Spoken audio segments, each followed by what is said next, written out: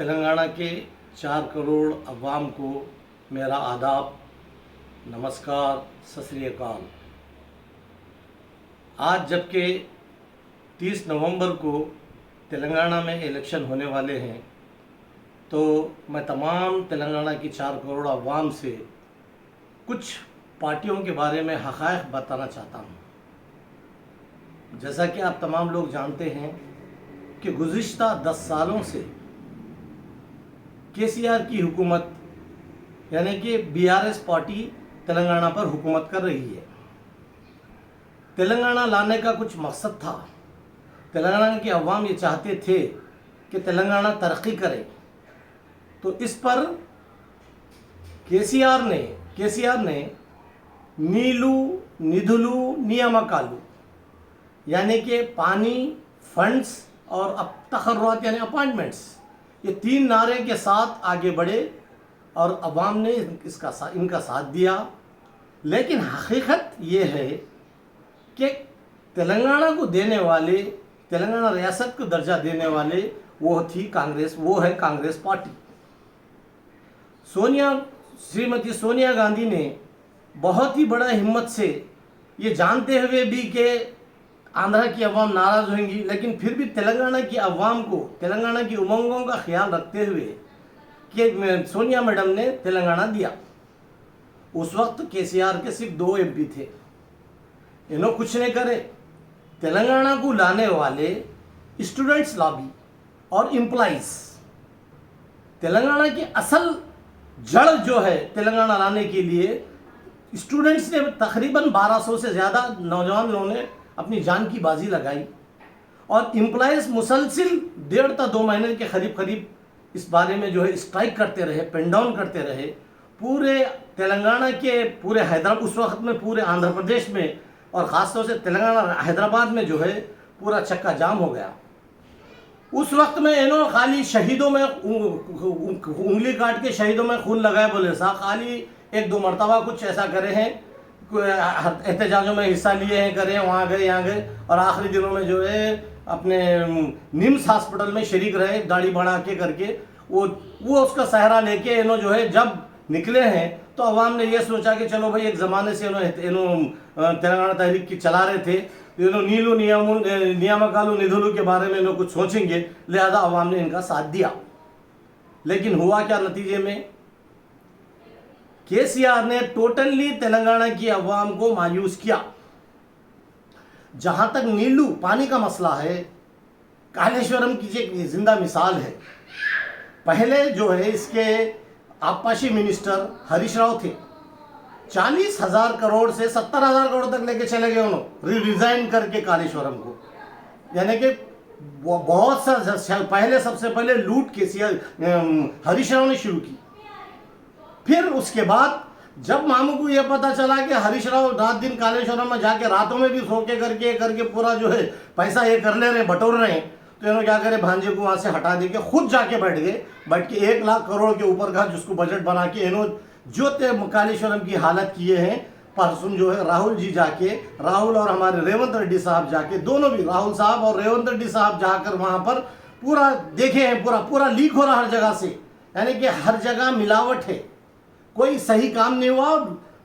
सब हजारों लाखों करोड़ों की लूट मची हुई है। तो ये तो नील का मसला था। अब निधुलू है, यानी कि फंड्स का जहां तक मामला है, फंड्स के मामले में जो है ये 5,000 लाख करोड़ का खर्चा में मुब्तला कर दिए लोग, पूरे तेलंगाना के अवाम को। यानी कि आने वाला बच्चा भी जो है कर्जदार पैदा हो गया।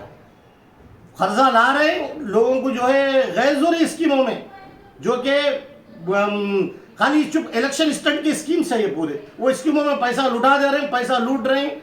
हर स्कीम में तबाही है, हर स्कीम में एमएलए खा रहे हैं। जैसे कि दलित बंधु है, जब तक दलित बंधु में 2 लाख 3 लाख एमएलए को नहीं दिए, उन एमएलए उनको सैंक्शन नहीं कर रहा, वो भी सिर्फ अपने लोगों को कर रहा।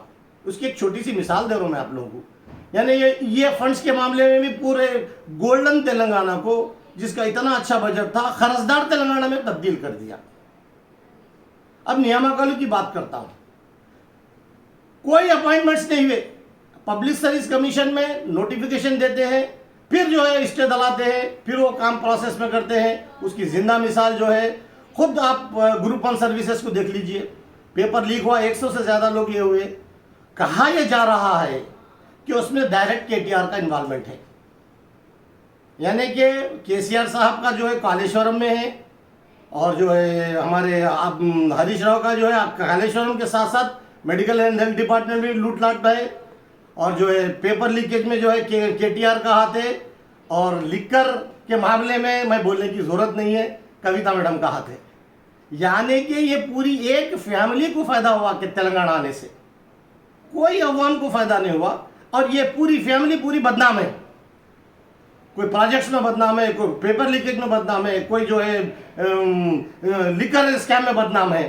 फिर बोल रहे हैं कि हम उनके लिए, अवाम के लिए ये करें वो करें, कुछ नहीं करे, अवाम के लिए कुछ नहीं करे, सिर्फ झूठे स्कीम है। और सबसे ज़्यादा नुकसान जो इन्होंने करे हैं, ये काम करे हैं मुसलमानों के साथ। केसीआर ने मुसलमानों को खुल्लम खुल्ला ठगा है, धोखा दिया है।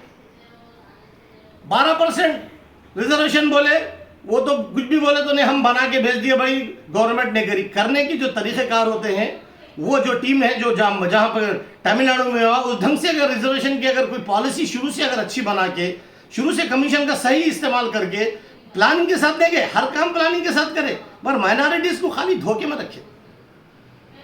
वो तो भूल गए, 4% पे आ गया।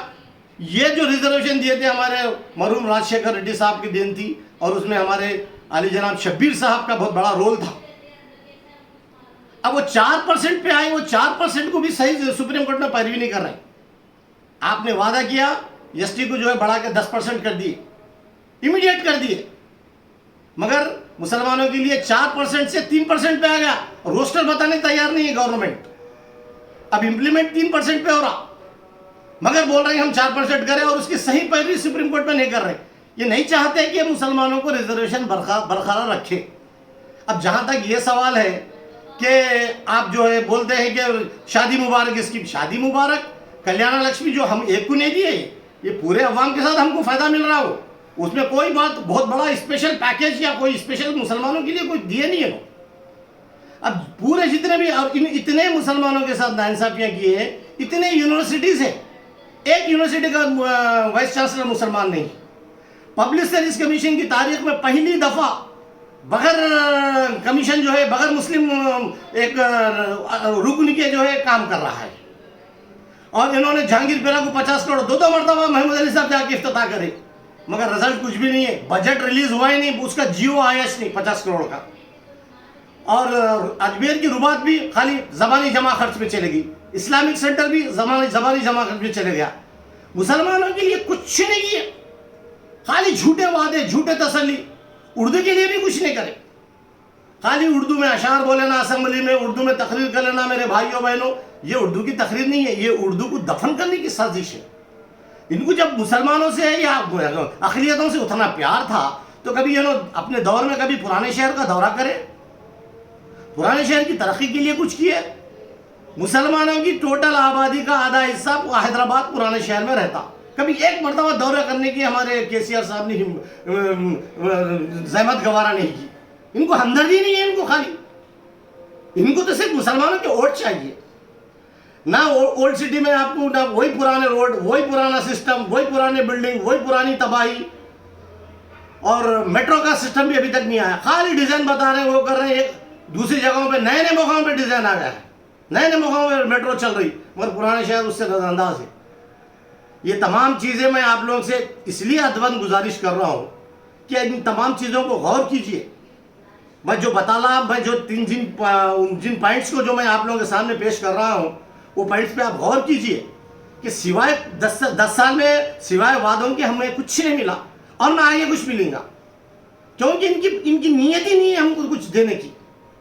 तो लिहाजा मेरी तेलंगाना के तमाम अवाम से, 4 करोड़ अवाम से मेरी अदबन गुजारिश है, मैं पुरजोर अपील कर रहा हूँ कि केसीआर को वोट देने के बजाय आप एक मौका कांग्रेस पार्टी को दीजिए, रेवंत रेड्डी साहब को दीजिए। रेवंत रेड्डी साहब के बारे में गलत बावर किया जा रहा है।